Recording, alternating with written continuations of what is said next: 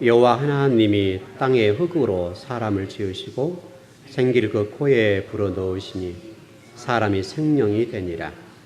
여호와 하나님이 동방의 에단에 동산을 창설하시고 그 지으신 사람을 거기에 두시니라. 여호와 하나님이 그 땅에서 보기 아름답고 먹기에 좋은 나무가 나게 하시니 동산 가운데는 생명나무와 선악을 알게 하는 나무도 있더라. 강이 에덴에 설로 나와 동산을 적시고 거기서부터 갈라져 내 근원이 되었으니 첫째의 이름은 비손이라.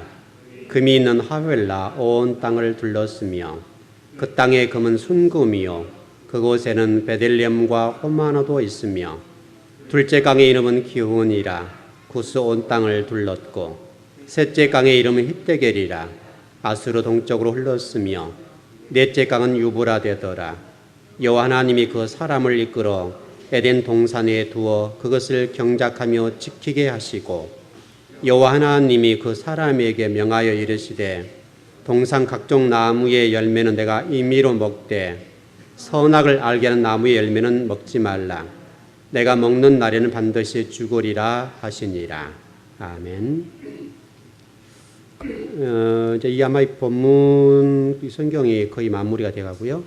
이제 좀 있으면 이제 8절부터서 18절부터서 마지막 결혼에 관련되어서 오늘 아침 조금 우리 아가 성부 있었죠. 그 공부를 깊게 들어갈 거고요. 여러분 좀 묵상해 보면 좋죠. 기본적으로 그 동안에 알고 있는 우리 그 결혼관이라고 할까요? 성경적인 결혼관이 한국 교회가 좀 잘못 가르쳤으니까 이거를 좀 잘 배워야 되는데 여기서 이제 18절 이하부터 좀 다시 공부를 해서 우리가 바른 결혼관들을 좀 정리를 했으면 좋겠습니다. 오늘은 지난 시간에 공부를 하다가 좀 중간에 마쳤기 때문에 그 부분하고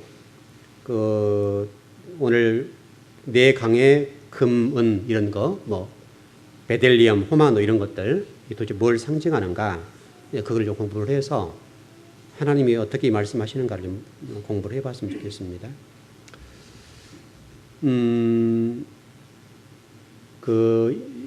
우리 아이들 있잖아요. 요즘 제가 그 민혁이 그제인가요? 그제 요즘 한글을 다 못 띄었잖아요, 이놈이.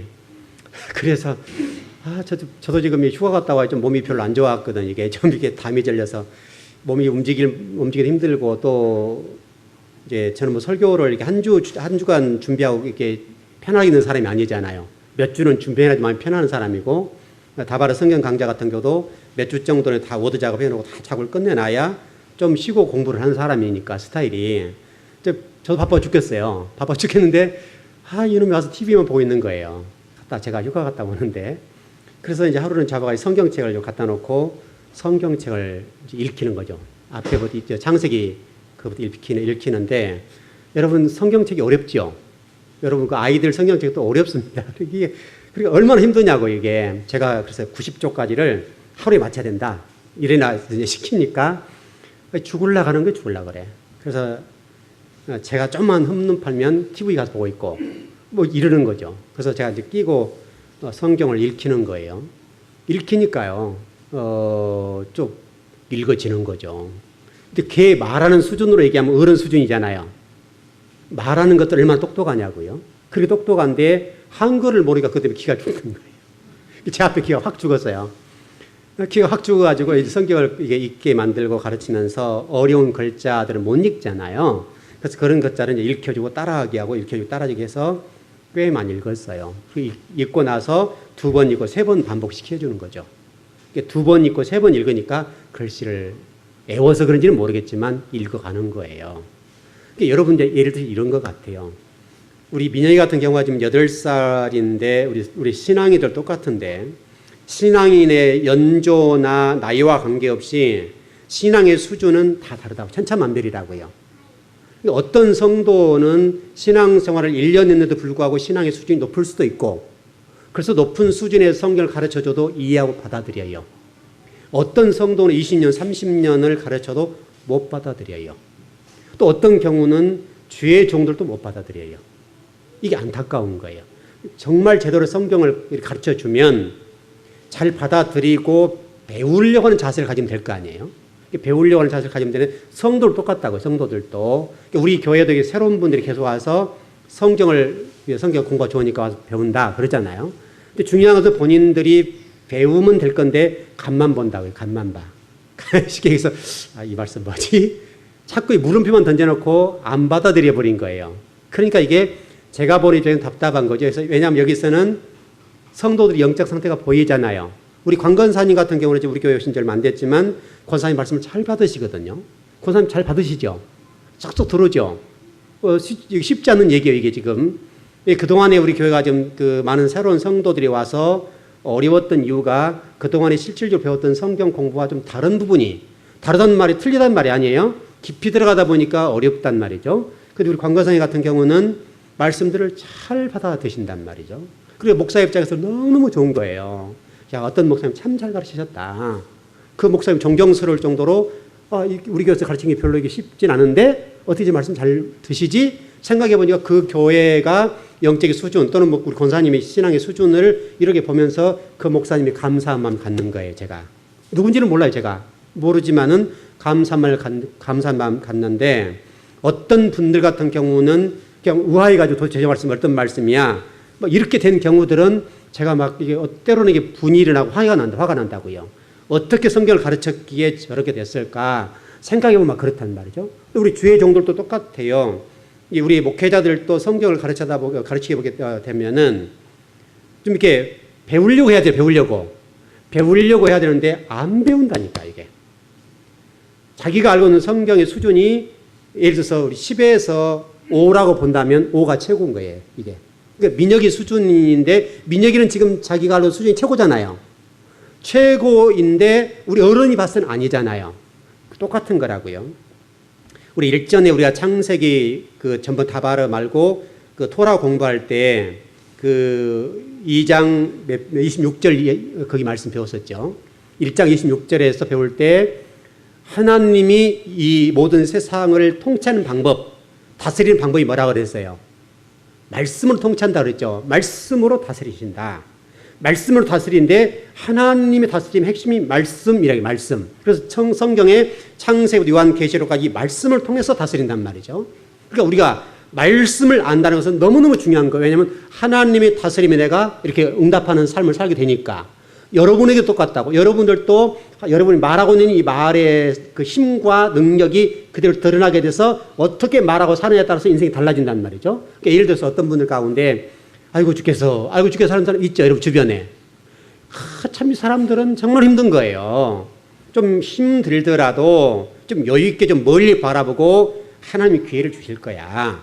그리고 언어의 이 습관이라 할까요? 언어에 나오는 모든 생각에 나오는 것들이잖아요. 그러니까 말하는 것들이 감사해요. 하나님. 이렇게 하는 것과 하나님 나 정말 죽겠습니다. 매일 죽겠다는 사람들과 이게 삶의 비교를 해보면 확연하게 차이가 난다고요. 그러니까 여러분 비록 우리 인생을 살다 보면 어려운 일이 많이 있죠. 어려운 일이 많고 말고요. 굉장히 힘든 일이 많다고요. 그러나 그 힘든 일들을 극복하는 거잖아요. 제가 휴가 얘기를 좀 해볼까요? 여러분 인생과의 성경 공부가 다 어떤 일맥상통한 부분들이니까 그 제자와 이번에 좀 땅을 좀 봤었어요. 땅을 좀 본 것이 아니라 한 4만 평 또는 2만 5천 평의 땅을 봤어요. 제자가 이제 돈이 좀 많으니까 사서 이제 힐링이라는 이런 차원에서 자기 일하는 것과 사람을 살려낸 쪽, 특별히 사회적 기업으로서 이 크리스찬으로서의 사람을 살려내는 목적을 또 한번 해보려고 하는 거잖아요. 그래서 선생님 땅 좀 보러 가요. 그래서 좋다 가자. 그래서 그 딱 하루 가운데 한나절 그 시간 동안에 시간을 내서 제가 짬을 내서 그 바쁜 가운데도 땅을 보러 갔어요. 그래서 이제 한 곳에 가서 아주 이렇게 우리 교회 비슷한 수준으로 이렇게 건물을 지어놓은 시골 이게 충령산 아시죠? 거기 가서 봤는데 이제 같은 또 저희 변씨이고 제가 같은 성이거든요. 거기에다가 또 제가 과거에 우리 성씨가 인터넷 행정자치부에서 인터넷으로 이렇게 작업하는 과정 속에 없어져 버렸었어요. 그래서 제가 행정자치부하고 좀 싸웠었거든요. 너희들 왜 성씨를 없애? 싸웠는데 이게 회복이 안 되는 거예요. 그래서 제가 이렇게 저렇게 싸우고 저렇게 싸우고 해가지고 또 그때 그 당시에 갔던 그분이 지금 그 휴림이라고 하는 그 충령산에 뭐 점주라고 합니까 뭐라 합니까 잘 모르겠는데 그분이 저의 아재뻘 되는 분이에요. 근데 그분이 아주 그 유명한 분이에요. 전국적으로 유명한 분이고 좀 괴짜예요. 괴짜이고 공무원이었던 분이었는데 그분이 그때 당시에 그 읍사무소로 가지고 시골에는 읍사무소의 호적 담당이셨어요. 그래서 제가 그분에게 전화를 드렸어요. 전화를 드려서 이 성씨가 왜 없어졌냐 물은 거죠 제가. 왜냐하면 그분 호적 담당이니까 왜 당신 그거 아무도 안 하고 가만히 있어 내가 그런 거죠. 제가 이제 서울에서 전화를 직접 한 거예요. 아재뻘 되는 분이니까 전화를 드려서 뭐 제가 누구라 밝히지도 않고 제가 장성이게 성씨인데 왜 성씨가 없어져도 이렇게 장성이 가만히 있냐? 이 지금 성씨가 없어졌다. 이거 행정자치부에 탄원을 내서든지 회복해야 할 거 아니냐? 그래가지고 행정자치부가 1년 동안 제가 싸웠다고요. 싸워가지고 어떻든 그 과정 속에 그것이 행정자치부에 받아들여져서 저희 성씨가 회복이 됐어요. 그런 인연으로 그분과 제가 통화했던 관계가 어떤 이런 인연이 있었다고 할까요? 그런 관계가 있었는데 그 얘기를 해서 이제 제자가 땅을 사러 거기 갔는데 마치 그분과 만난 거예요. 만났는데 가서 보니까 변씨거든요. 그러니까 선생님 땅 살려고 그러니까 그 아재한테 전화 좀 해가지고 내가 아는 사람인데 이렇게 된 거죠. 그럼 선생님 좀 얘기 좀 잘해 땅 좀 싸게 사주세요. 이렇게 돼서 그분과 이렇게 관계를 맺게 됐어요. 가서 이렇게 그 집에 가서 차 마시고 이제 다과도 좀 하면서 얘기를 나누고 하는 과정 속에 이제 여러 가지 본 거죠. 보면서 땅을 봤는데 거기 시골 땅인데 산인데 40만 원을 달라는 거예요. 이 충령산에. 얼마나 비싸요.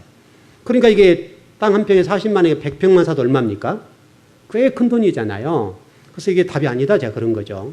그리고 이제 땅을 한번 단어들이 보자. 그래서 이제 다른 땅을 봤는데 그 충령산하고 한 블럭이라고 우리 서울식으로 얘기하면 한 블럭 차이인데 이 땅인데 이건 아무도 안 가는 땅이에요.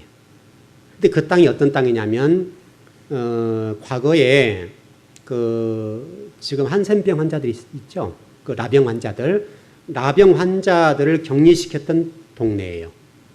그 동네가 땅이 2만 원, 4만 원 간다는 거예요. 같은 블럭에 하나 차인데.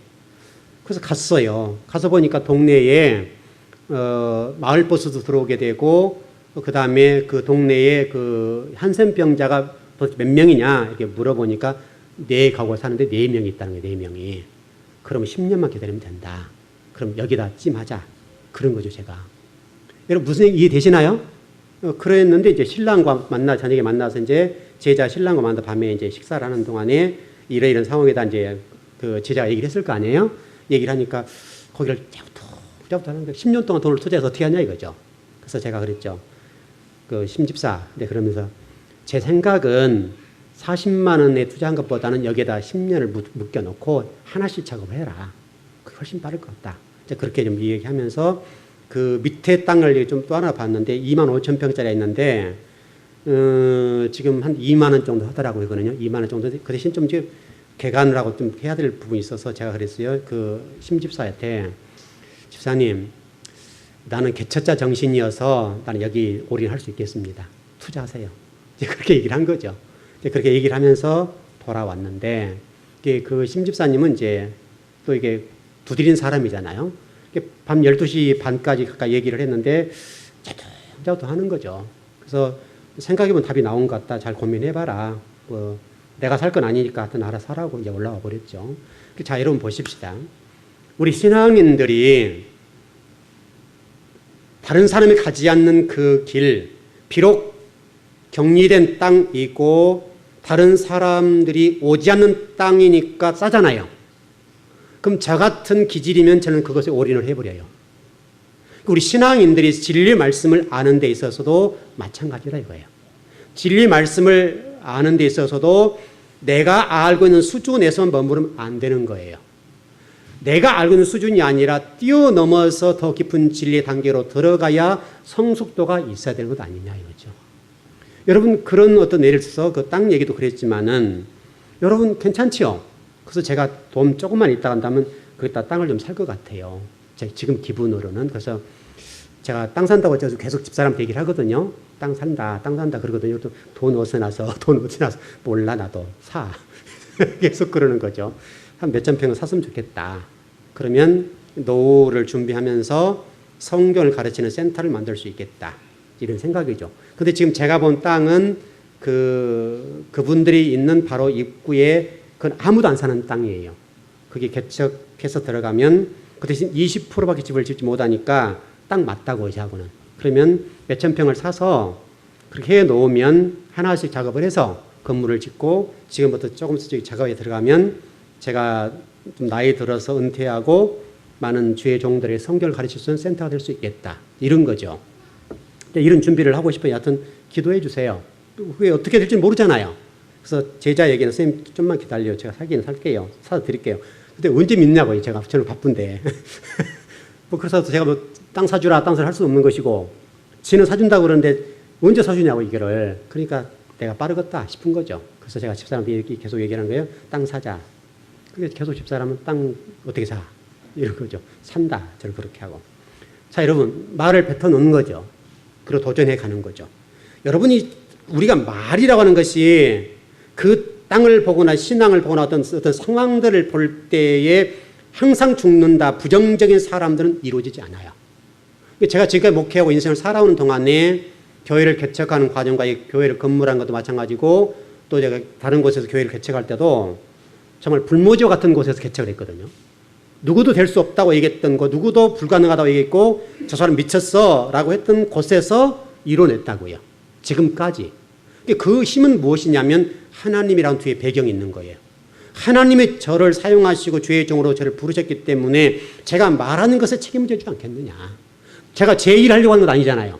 그래서 허다못해 땅 하나 지금 살려고 하는 것들도 그 땅 쌍이니까 그게 그분들 돌아가 좀만 풀리면 엄청난 돈이 된다는 말이죠. 어떤 투자 개념이 아니라 저는 그런 걸 떠나 있는 사람이지만은 비록 그쪽에 이제 제자나 그 심집사 입장은 그렇다 이거죠. 그래서 저는 이제 거기를 바라보고 지금 기도를 하고 있는 거예요. 하나님 주세요. 이런 거죠. 자, 여러분 우리가 어떤 일을 도전해고 신앙도 마찬가지인데 여러분이 하나님의 다스림의 핵심이 말이라고 하는 것이 있다고 한다면 여러분과 저도 말의 힘이라고 하는 것이 얼마나 중요한 걸 알아야 된다고요. 말의 힘. 여러분 이게 너무너무 중요한 거예요. 여러분 자녀들과 남편과 아내 또 여러분 가정 생활을 함에 있어서도 이것은요 너무너무 중요해요. 내 개인을 계속해서 저주하고 나는 불행한 사람이다. 나는 저주받은 백성이다. 내 가정은 왜 그래? 라고 계속 얘기하는 이 말의 힘에 의해서 내 인생이 어려워진단 말이죠. 왜? 여러분과 저는 하나님 형상을 입은 사람들 아니에요. 하나님 형상을 입은 사람들이기 때문에 또 우리 생명의 기운을 가지고 있는 사람들이고 예수 그리스도를 통해서 생명이 공급된 사람들 아니에요. 그럼 우리가 말이라고 하는 이 힘의 능력은 대단한 거란 말이죠. 그러니까 여러분들이 말을 할 때 있어서 잘 하셔야 된다고요. 잘 해요. 우리 그 양집사님 지금 그 어린이집을 하시는데 제가 여러분에게 한번 얘기를 했는지 모르겠어요. 그 신방을 우리가 뭐 대신방과도 잘 하지 않지만 뭐 1년에 한두 번 이렇게 할 때에 제가 음성까지 신방을 와달라 해서 갔잖아요. 뭐 계속 성집사가 우리도 한번 신방해야 된다고 하고 양집사도 신방해야 된다니까 또 갔어요. 또 가서 이제 대신방 기간이니까 음성 가서 이제 신방을 하는데 신방하는 가운데 제가 뜬금없이 설교를 하면서 말씀을 하나님 주셨는데 주신 말씀이 뭐였는가 하면 선물 그랬다고요. 선물 주실 것 같다. 나는 뭔지 모른다. 나는 이런 설교 잘 안 하는 편이고 알아도 모른 척한다. 근데 그때부터 강력하게 하나님께서 선물을 주실 것이다. 그랬다고요. 그래서 양집사 선물 줄 것 같은데 그랬어요. 제가. 그랬더니 자기도 보니까 선물 나올 게 건덕지가 없잖아요. 그래서 목사님 선물이 뭐가 나올까요? 모른다 나는. 그리고 나서 어린이집을 준 거예요.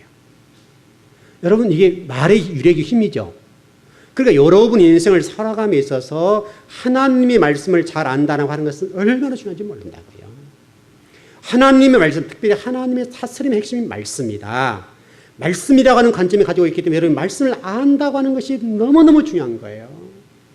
말씀을 안다는 성경 지식을 안다는 수준이 아니라 말씀을 알므로 인해서 그 말씀을 근거해서 내가 선포하잖아요. 여러분도 자녀에게나 가정 안에서 여러분 스스로에게 말씀을 선포해 준다 이거예요. 여러분에게. 그래서 말씀을 배운다고 하는 것은 여러분의 삶의 미래를 결정적으로 좌지우지할 수 있는 거라고요. 그래서 말씀을 알아야 돼요. 그래서 우리가 지금 그 창세 1장 26절에서 그 부분이고 여러분 그 우리가 지금 이거 배웠잖아요. 에덴 동산에서 네 강이 발원하기 전에 에덴 동산의 물줄기는 네 줄기라고 했어요? 한 줄기라고 그랬어요? 한 줄기라 그랬죠. 처음에 에덴 동산에서 중심에서 물이 흘러나와서 에덴 동산 밖으로 흘러나가서 물이 네 줄기로 전 세계를 덮었다 이렇게 됐죠. 이것이 에스겔서 47장에 가서는 성소로부터 물이 나온다라고 되어 있죠. 그리고 요한계시록 21장 22장에 넘어가서는 하나님과 어린 양의 보호자로부터 그 물이 흘러나오는데 그 흘러나온 생명수가 무엇이냐? 성령이다 그랬죠.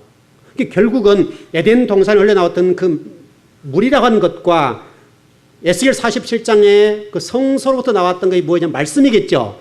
말씀이고 성령이다 이 말이죠.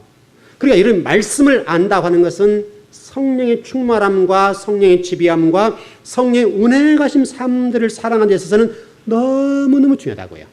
그래서 그래 성령 충만이 무엇이냐라고 했을 때에 성령 충만이라고 하는 것은 뭐 영적으로 뭐 이상한 것을 보고 뭐 성적으로 성령으로 이상한 뭐 어떤 은사적인 측면에서 이런 것이 전혀 아니라 하나님 말씀에 근거해서 말씀대로 순종하는 것. 이게 성령 충만이죠. 그러니까 여러분이 말씀을 알아야 되고 이 강단에서는 말씀을 선포해 주어야 여러분이 살아난다고요. 근데 실질적으로 지금 우리가 알고 있는 것처럼 말씀이 홍수 속에 살아가고 있는데도 불구하고 말씀을 못 먹는다는 거예요. 왜냐하면 말씀이 도에 초보이거나 쓴물을 먹인다는 거예요. 쓴물을. 이 쓴물을 먹이니까 우리가 요한계시로 나와 있고 에레미야서나 이사야서, 에스겔서 같은 데 보게 되면 이 쓴물을 먹고 성도들이 죽더라. 이렇게 된 거 아닙니까, 여러분? 그러니까 성도들을 살려내기 위해서 말씀을 선포해 주고 가르쳐 줘야 되겠는데 이 강단에서 쓴물이 흘러내려오니까 그 성도들이 그 말씀을 먹고 죽어버리더라 이거예요. 그래서 이 성소의 중요성, 강단의 중요성, 이걸 지금 성경이 말하는 거잖아요. 그걸 선포해 주고 먹이도록 해 줘야 전 세계 복음이 증거되어 하나님도 확장되어 가는 것이 이걸 완성되어 가는 하나님도 완성되어 가는 것. 이렇게 설명했잖아요. 우리가요, 이런 것들을 안다고 하는 것이 얼마나 중요하냐고요. 오늘 제가 새벽 예배 때 여러분 결혼에 관해서 조금 설명해 드렸잖아요. 우리가 결혼이라고 하는 것을 생각할 때 이렇게 생각하잖아요. 결혼이라고 하는 것은 내가 상대방과 나 사이에 조건적으로 학벌과 명예와 물질적인 것과 그 사람을 내가 아내로 남편을 맞이해서 내가 신분이 상승하고 내가 시너지 효과를 누려서 내가 어떤 사회적으로 좀 이름을 내고 복받는 사람이 어떤 되는 반열, 이것으로 결혼을 생각한다는 말이죠. 근데 우리 새벽 예배 때 결혼이 뭐라고 그랬어요? 결혼이라고 해서 고린도전서 6장 20절의 말씀을 보게 되면 결혼이라고 하는 것은 하나님께 영광을 돌리는 것이다. 하나님께 영광을 돌리는 것인데 어떻게 영광을 돌릴 것이냐? 라고 설명했을 때 결혼은 상대방을 통해서 내가 유익을 얻는 것이 아니라 상대방을 통해서 쉽게 설명하면 나에게서 예수 그리스도가 보여짐으로 상대방을 예수 믿게 만들고 하나님 나라를 완성해가 하나님께 영광을 돌리는 것. 다시 설명하면 예수님께서 창자국으로 이게 갈빗뼈를 찔림받고 물 한 방울과 심장에 피 한 방울까지 쏟아내어서 죽어짐으로 구원이 완성되고 우리가 살아났던 것처럼 갈비뼈를 뽑아서 만들었으니까 그게 교회 얘기니까 나중에 우리 공부할 게 하겠지만은 그 갈비뼈가 뭐냐면 교회라고요. 교회. 하와가 만들어진 사건이 교회이니까 그 교회를 완성해가고 회복해가고 그 일로 인해서 내가 거룩해지는 것. 그래서 내 남편이 좀 거시기하다 이 말이죠. 좀 문제가 있고 그 남편들이 울 일이 있다 이거예요. 그리고 아내 때문에 그럴 일이 있다 이거죠. 그럴 일이 있을 때 왜 왼수를 나에게 붙여서 하나님 이래요 라고 하는 것이 아니라 하나님이 저 사람 나에게 붙여주셔서 나의 이런 부분들을 고치고 회복해서 거룩한 백성 만드시려고 이렇게 하셨군요. 하나님 감사해요. 이게 결혼이라는 거예요. 이게 결혼. 그러니까 우리가 결혼을 모르니까 한국 교회의 가정들이 이렇게 무너진다 이 말이죠. 그래서 제가 오늘 아침 이렇게 예화를 좀 들려드렸잖아요. 성도들 가운데 기혼 여성들을 중심으로 당신이 지금 다시 새로운 어떤 결혼을 하게 된다고 한다면 당신 남편과 결혼하겠습니까? 했을 때 90%는 미쳤냐? 그런다는 거죠. 이게 지금 얼마나 저주스러운 얘기냐고, 이게. 그렇지 않습니까? 그저 100% 해야죠. 이렇게 나와야 되는데 더 무서운 얘기를 해드릴까요? 007 얘기를 하면서 당신이 만일에 007 제임스 본드인가요? 그 사람이 된다면 가장 먼저 누구를 죽이고 싶습니까? 했을 때 남편 그랬단 말이죠. 가장 먼저 죽이고 싶은 사람은 남편. 아무도 모르게 내 남편을 죽일 것이다. 이게 결혼이라는 거예요. 이게 지금 우리 기독교인들이 가져서 이런 얘기가 나와서 되겠냐 이 말이죠. 그렇다고 한다면 이것은 우리가 한국 강단에서 결혼이 무엇인지를 창세기 2장 18절에서 26절 사이에 결혼이 뭔가를 제대로 안 가르쳤기 때문에 그런 것 아니냐 이 말이죠. 결혼이라고 하는 것은 내가 죽어지고 내가 낮아져서 예수님을 보여줘서 저 사람을 살려내는 것이 결혼이란 말이죠. 그래서 한 몸, 뼈 중에 뼈, 살 중에 살이다. 그게 십자가라니까요. 그 십자가 교회이고. 더 우스운 얘기일까요? 목회자들 대상으로 어떤 신학교에서 설문조사를 했는데 목사님들은 앞으로 사모님과 다시 결혼을 한다고 하면 어떻게 하겠습니까? 했더니 90%가 NO. 그러면서 가로 열고 미쳤냐? 이렇게 됐다는 거죠. 이게 우리 목회자들도 결혼이 뭔지를 모른다는 거예요. 성경을 지금. 이러니 이게 되겠냐고. 여러분 지금 이게 다 말씀 얘기하는 거죠. 그래서 우리가 성경을 제대로 알고 잘 배운다고 하는 것이 얼마나 중요하냐고요. 여러분이 내 남편과 내 아내 때문에 희생을 당하고 때로는 십자가를 지고 눈물을 훔치지만은 그 훔친 사건을 통해서 저 영혼을 하나님 살려내서 예수 믿게 만들어주고 내가 예수가 되어서 보여줘서 그분을 구원에 내라고 나를 붙여주신 것이고 더 나아가서 그분 때문에 내가 거룩해지고 성숙해 간다 말이죠. 하나님이 그분을 통해 나를 훈련시켜 주시는 거예요. 그러니까 이분 나의 선생님이라니까요. 감사해 안 감사해요? 감사해야죠. 근데 왜 죽일 이렇게 되냐? 미쳤냐 이렇게 된다 이 말이죠. 그러니까 우리가 성경이라고 하는 것과 삶과는 전혀 분리되고 성경이 요구한 결혼과 성경이 말씀하는 우리 삶과는 완전히 다른 거예요. 이렇게 성경을 모르니까 문제라는 거죠. 성경을 모르니까. 우리 여기도 지금 딸들도 지금 앉아서 결혼 정리가 됐고 그러는데 참 저도 이제 그 사유를 볼라게 돼서 어려운 설교입니다. 그래서 저도 지금 이런 조건에 들어있기 때문에 참 어렵긴 어려운데 또 아들이 먼저 할지도 모르죠. 아들한테 그래도 빨리 가라 그러거든요. 너 지금 목회해야 되니까 너 빨리 결혼해야 된다 그랬더니 아빠 좀 늦게 할 거예요. 계속 그러는 거예요. 그래서 26살 되기 전에 해라. 계속 그러는 거예요, 지금. 지금 24살 됐으니까 얼마 안 남았어요. 누나들과 이렇게 바꿀지는 모르겠는데, 어쨌든 그래요. 그러니까 여러분, 저도 지금 그 나이에 서 있고, 우리 지금 교인들 가운데도, 며느리를 볼 나이 또는 사위를 볼 연세에 있는 분들이 여기 계시잖아요. 여러분들이 무엇을 먼저 보실래요? 참 이제 어렵게 됐습니다. 저도 어렵게 됐어요, 이제. 이런 설교를 선포해버렸으니까 저도 어렵게 됐다고요. 어떻든 간에 여러분들이 말씀을 제대로 안다고 하는 것은 아주 중요한 문제고 여러분이 말씀을 배웠다고 한다면 그 말씀을 배운 대로 살아간다고 하는 것은 너무너무 중요한 거예요. 그래서 우리 신명기 18장인가를 보게 되면 이런 말씀이 있어요. 선지자 말씀을 전했을 때 증언이 있어야 된다. 그래 있죠. 증언. 다시 설명하면 그 말씀에 대한 뭔가 드러나던 어떤 부분. 다바로 하신 말씀이 되어서 창세기 1장 3절에서 빛이 있어라 하시니 빛이 있었다라고 하신 말씀. 다바로 하시니 물건 되어 나타났다. 이게 나타나야 된다 이 말이죠. 그게 우리 삶이라니까요. 목회자의 삶도 그렇고 여러분도 삶도 그렇고. 그래서 제가 여러분들에게 가르친다는 말을 설명할 때에 참 이제 우리 목회자들이 못하는 거예요. 잘. 목회자들은 강단 쓰면 가르치는 것을 잘하잖아요. 이게 가르친 것은 잘하는데 본인은 못해요. 이것은 아니에요. 가르친다는 말은 여러분도 동일하고 저도 동일해요. 강단에 서서 말씀을 가르치는 입장과 여러분이 말씀을 받아 누군가에 또 가르쳐야 되는 부분인데 그 가르치는 것이 입술로 해서는 그것은 능력이 아니에요. 지금 안 나타나요. 그래서 가르친다는 말은 히브리어로 보여준다. 보여준다. 그래서 예수님이 말씀하시기를 나는 이 땅에 오는데 섬김을 받으러 온 것이 아니라 섬기러 왔다. 이게 여러분 제자도를 설명하는 것이고 예수님의 삶을 설명하는 것이고 주의 종들의 삶을 설명하는 것이고 여러분의 삶을 설명하는 거라고요. 그래 여러분이 말씀을 배웠으면 그 말씀대로 그대로 사는 거예요. 그게 가르치는 거예요. 그러니까 말씀을 많이 안다, 말씀을 가르친다, 이 부분에 있어서 입에 혀로 갇히는 것은 아무것도 아니라고요. 말씀을 선포하는 입장에는 주의 종들이 그 말씀을 살지 아니하면 그것은 아무런 능력이 없는 거예요. 여러분 무디라는 사람을 여러분 아시다시피 무디 같은 경우는 어떤 사람이 그렇게 얘기를 했잖아요. 당신 설교를 들어보니까 철자가 수백 군데 털려. 이 사람들은 은혜를 못 받는 거예요. 궁극적으로 무디가 비록 무식한 사람이었지만 그 사람 쓰셨잖아요.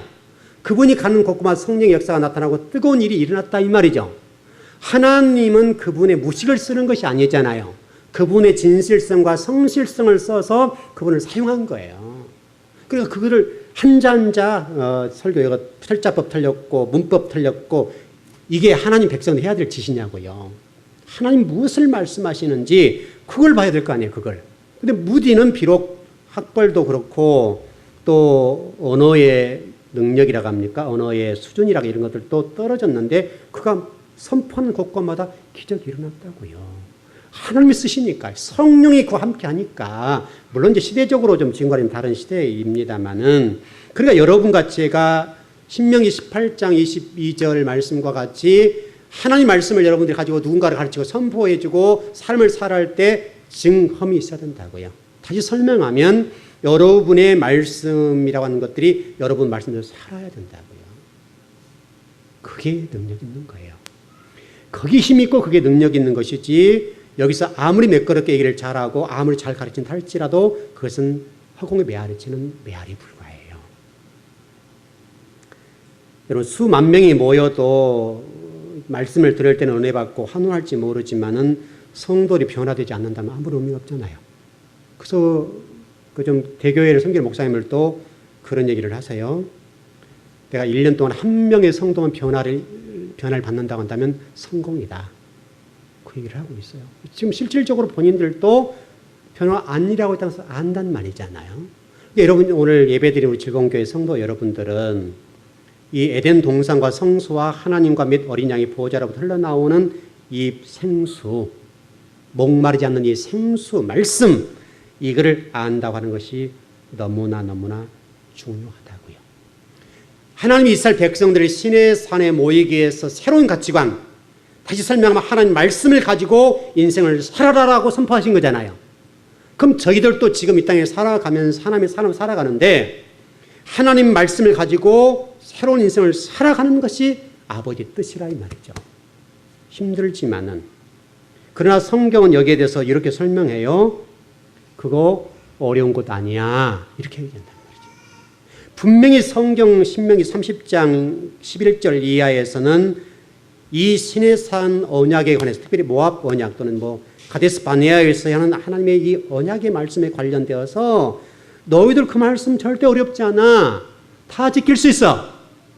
이렇게 말씀한다는 거예요. 우리가 지킬 수 없는 말씀 하나님이 창세부터 요한계시록까지 한 말씀도 지키지 못한 말씀들을 선포하지 않았다는 거예요. 다 지킬 수 있다는 거예요. 그러면서 그 신명기 30장 11절 이하에서 이런 말씀을 해요. 말씀은 바로 네 입에 있어. 네 입에 있다. 그래서 네가 입으로 잘 행해. 그러면 생명과 복과 화와 복이 그 입 때문에 이루어져. 그래서 네가 하나 택할 게 있어. 너는 말씀을 택하되 생명을 택하고 복을 택해. 이렇게 씁니다. 여러분들이 생명과 복과 화와 또는 사망이라는 것들이 딱 우리에게 주어져 있는데 여러분의 입술에 사는 말씀에 지배되게 되면 생명을 소유하게 된다. 그래서 생명을 여러분들이 받아들이고 택해서 살아가라. 이렇게 됐다 이 말이죠. 그러니 여러분들의 삶 속에 생명을 택하고 복을 택한 삶을 살아야 되겠는데 그러려고 한다면 이런 말씀을 받아들여야 된다. 받아들여야 된다. 먹어야 된다고요. 말씀을 먹지 못하면 아무리 강단에서 생명의 말씀을 전한다 할지라도 아무것도 아닌 거예요. 우리 성도들은 예배를 잘 드린 편이죠. 제가 워낙 예배를 강조하는 사람이니까 여러분 교회 다른 거 있습니까? 예배 열심히 드릴 것밖에 없잖아요. 우리 교회가. 다른 거 없단 말이죠. 근데 이제 좀 안타까운 부분들이 있어서 때로는 어떤 분들을 보게 되면 예배를 잘 못 드린다고 잘 못 드려요. 왜 저를 안 쳐다보고 계속 땅만 쳐다보는 분들이 많아요. 너무 안타까운 거예요. 뭐 이렇게 바쁜지, 뭐 이렇게 저를 쳐다보러 왔잖아요, 지금. 여러분들을 얘기하는 게 아니에요, 지금. 다른 분들 얘기하는 거예요.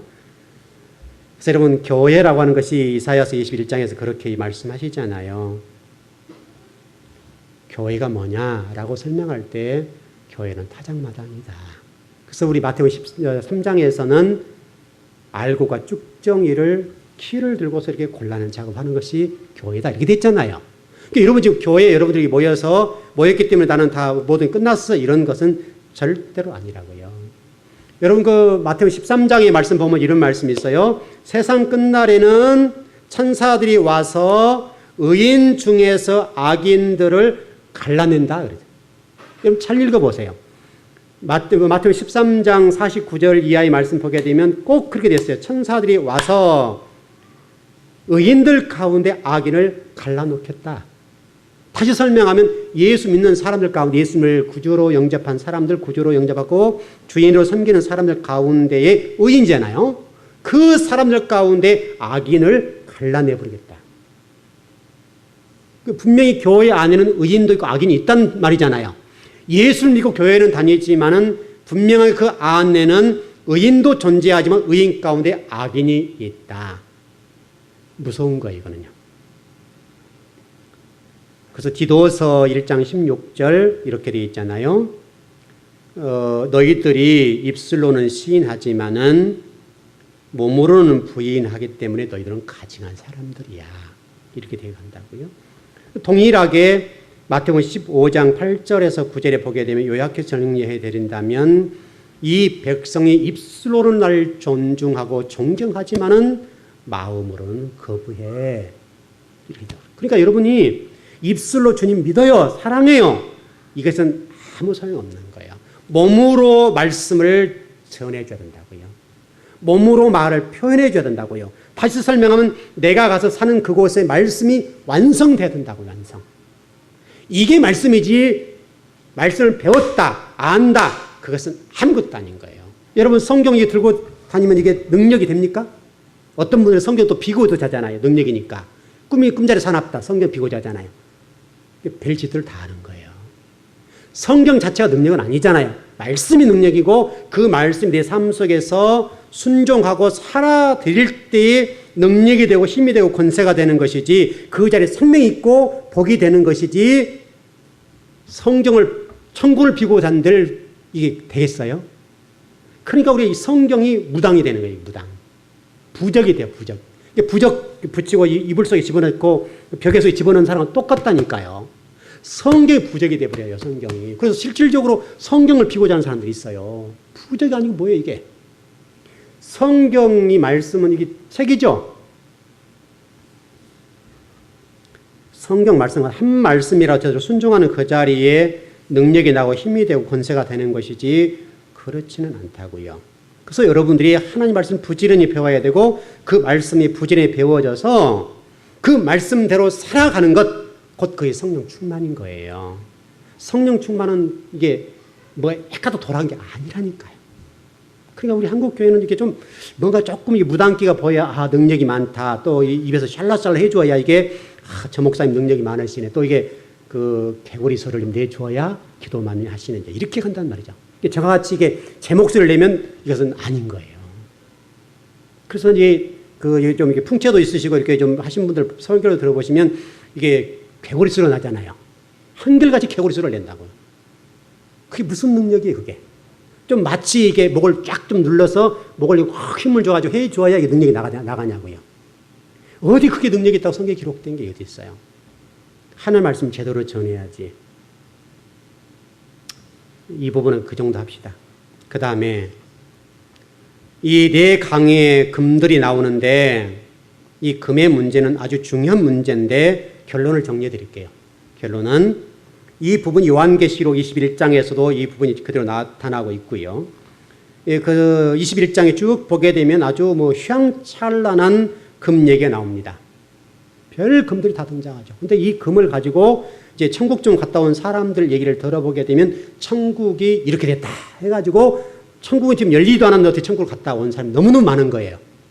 천국은 안 열렸다니까 지금.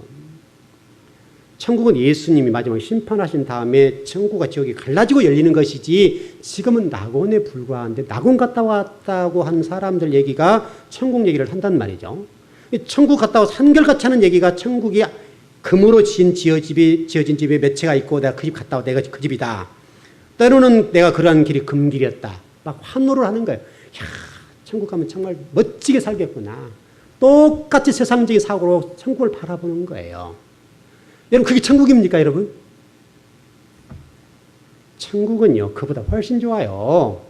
천국이 좋다는 표현을 한 것뿐이지 어찌 천국이 그것과 비교가 되겠어요? 여러분 맞습니까? 그 얘기를 하려고 하는 것이 아니라 하나님이 이 에덴 동산의 네 강을 통해서도 금과 베델림, 호마노 같은 보석들을 말씀하시는 것은 금과 베델림, 호마노, 보석을 얘기하는 것이 아니라 네가 바로 보석이야 네가.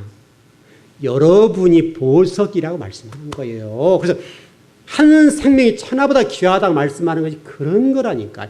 하나님은 여러분이 귀한 것이 금이 귀합니까 여러분? 여러분 맞아요? 하나님은 천지를 창조하신 분이잖아요.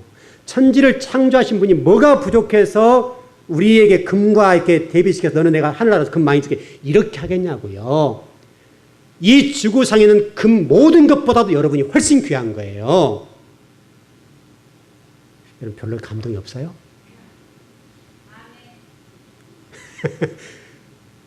여러분은 여러분의 가치가 이 지구상에 존재하는 온갖 보석과 금보다도 여러분 한 생명이 훨씬 존귀하고 하나님 보시기에는 귀하다고 하는 것을 그렇게 설명을 하는 거예요. 왜냐하면 다르게 설명할 방법이 없잖아요. 교회 얘기, 지금 성도 얘기를 그렇게 설명해 놓은 거예요. 여러분, 우리는 돈 얘기하자면 이게 열리잖아요, 이게요. 민감한 돈 얘기, 지갑적인 부분이 신경이 예민하니까 그렇게 해야 열리니까 하나님도 아시니까 그걸 들어서 네가 그렇게 존귀한 자야. 이렇게 설명하는 것이지 하늘나라가 세상의 어떤 가치관처럼 금으로 포장되고 금으로 집재졌다. 그런 게 아니라니까요. 하늘나라는 10도 장가도 안 간다고 그랬잖아요. 그런 세계와 전혀 별개 너무나 좋은 죄가 없고 그런 완전히 사랑받는 장소가 그곳이라니까요.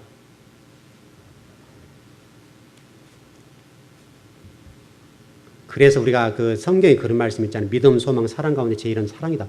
그 얘기를 하는 거예요. 그 얘기를. 하늘 날아가면 짐승들, 다시 설명한 노아 방주에서 노아가 온갖 짐승들을 7쌍씩 또는 두 쌍씩 싣고 들었잖아요. 호랑이도 있고 그런 사자도 있고 온갖 맹수들이 있는데 불구하고 노아 앞에 다 순종하잖아요. 그게 천국이라니까요. 그 천국을 모형적으로 보여주는 거예요. 잠시 우리에게 천국은 이와 같아.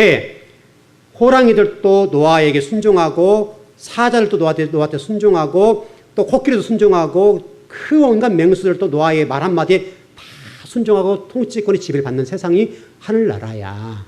여러분이 왕이 된다 이 말이죠. 우리 낙원 얘기를 하자면 천년 왕국을 얘기한다면 여러분의 분봉 왕적인 측면에서 그런 회복이 일어난다. 그런 얘기를 하는 거죠. 그러니까 여러분 이 네 강의 얘기는 여러분 얘기입니다. 여러분. 말씀이 흘러가는 곳곳마다 하나님 백성들이 그렇게 존귀한 자를 세워질 것이다. 네가 그런 존귀한 자야. 신부 얘기를 하는 거예요. 예수님의 신부인 여러분과 저 교회 그 얘기를 지금 하고 있어요. 그러니까 여러분 천국을 이해할 때 그런 식으로 이해하고 또 그렇게 여러분 설교하는 어떤 목사님 있으시면 그런 부분을 그렇게 받아들이지 마시고 그렇게 이해를 하시면 된다고요. 그 얘기가 여러분 구약 성경에 나와 있어요. 출애굽기 말씀 보게 되면 어떤 말씀이 나왔냐면 대제사장 얘기를 하게 되면서 대제사장의 여기 가슴에 뭐가 달렸습니까?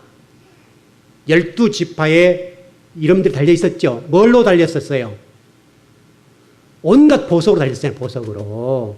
그 얘기를 확장해 놓은 거예요. 그러니까 12지파 사람 얘기하는 거 아니에요. 믿는 이스라엘 백성들을 설명하는 것이고 그렇게 말씀하고 있어요. 그럼 여러분들 이런 생각할 거예요. 목사님 듣기는 참 달콤한데요. 내 꼴을 좀 보세요. 이제 우리 생각이 목사님 제 꼴이 지금 제 꼬라지가요. 목사님은 금보다 귀하다고 지금 그렇다고 말씀하시는데요. 제 꼬라지가 좀 그래요. 바로 티끌과 같은 그런 존재, 땅으로부터 올라온 먼지에 불과한 그 존재들을 하나님이 그렇게 만들어 가시겠다는 말씀이에요. 아멘이죠? 너 꼬라지는 그래.